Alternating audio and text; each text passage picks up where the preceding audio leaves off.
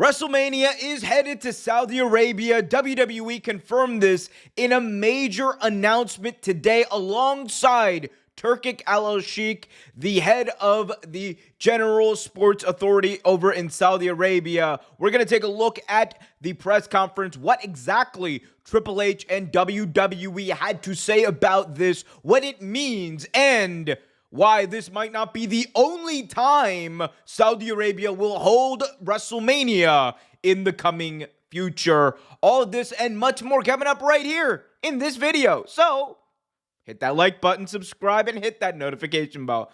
All right, I'm Big Omer Q. Let's dive right in and talk about this blockbuster announcement. We knew it had been reported, but it is now official. WWE has announced today, as you can see here from this press conference, that they are headed to Saudi Arabia, Riyadh specifically, for WrestleMania. Let's take a quick listen to what they had to say. January 31st of 2026. And today we announced something that takes this partnership to a new level.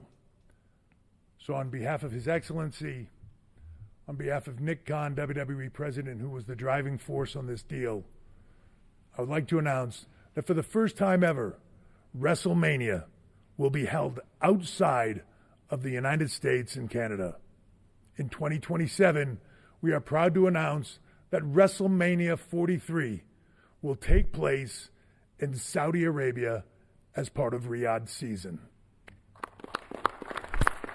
There it is, the major announcement. A lot of big WWE talent on hand, as you can see. Seth Rollins, Liv Morgan. We also have The Undertaker, who, by the way, I mean, just take a quick look at this. Like, he saw Turkic Al-Sheikh saw him and said, "Habibi, give me my shades. We're going to all rest in peace tonight." Anyway, but point is, we're gonna rest in Gucci tonight. Is really what he's saying. Anyway, point is, WrestleMania headed to Saudi Arabia. Now, obviously, this has been speculated, reported for a number of years. I have been on the record as saying that just given the trends in business, I did not foresee that WrestleMania was not coming to Saudi Arabia. Like, I think it was a foregone conclusion that prior to 2030, they would want at least one WrestleMania in Saudi Arabia. Obviously, they've had this deal with WWE for the better part of like 8 years now, and this is just an expansion of that. We know Royal Rumble is coming to Riyadh, in January, and this again now just even more formalizing this. And history made. This is the first WrestleMania to be held outside of North America. So before London, before Germany, before India, before China, before any of these larger, wrestling markets, it's Saudi Arabia. Immediate question everyone has is why. I kind of already answered this. It is because of the pre-existing relationship they have. And quite frankly, the amount of money that I'm sure Saudi Arabia has offered WWE is astronomical. We know that their deal, their first original deal for the first 5 years of it was nearly $1 billion. And now we also know that this probably cost them upwards of I would say in the tens of millions of dollars, I think is what Saudi Arabia probably paid in order to get this quickly. Because, WWE also has a bunch of other suitors that they would probably like to keep happy. The New Orleans of the world, who definitely are guaranteed a WrestleMania. The Indianapolises of the world, who also are guaranteed a WrestleMania. But Saudi Arabia seems to have jumped them both in line. And you would think for that, they would include a large payment of some kind.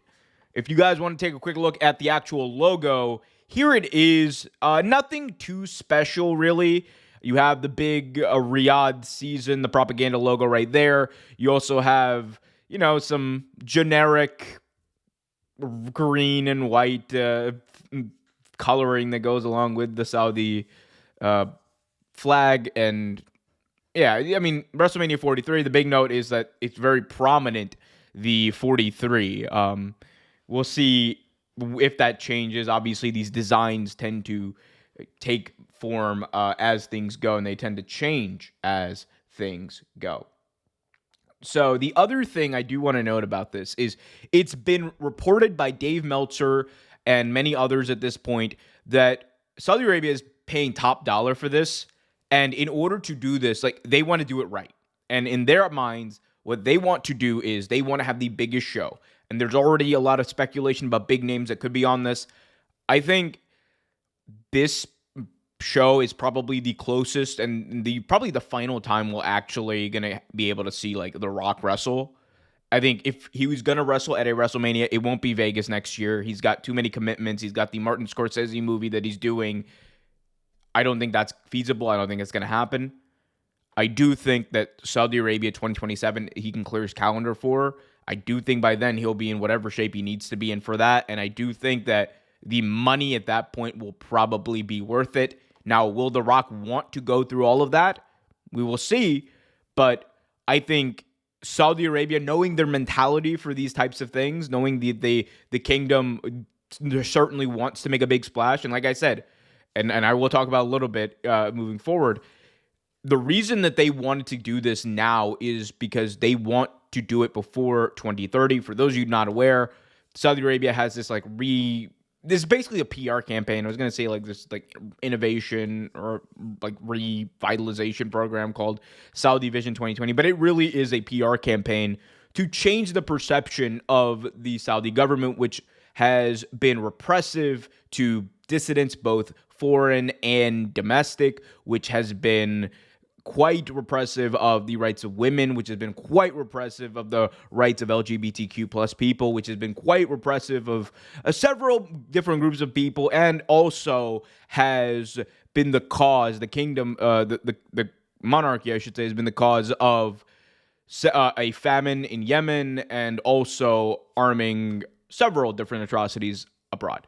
Anyway, so controversy is certainly embedded with the Saudi government and WWE's partnership. Obviously, in the fallout of the murder and dismemberment of Jamal Khashoggi, WWE had to kind of take a step back from their partnership. You have several wrestlers saying that they were not going to join for these big propaganda shows, and it was a big stir. WWE does not care, right? Like, you have this, you have them bringing back Brock Lesnar, you have the utter mess that was WrestleMania week, which in any other year, in any other time, probably would have buried WWE, given how absolutely horrendous they were from a PR perspective, but they did not care.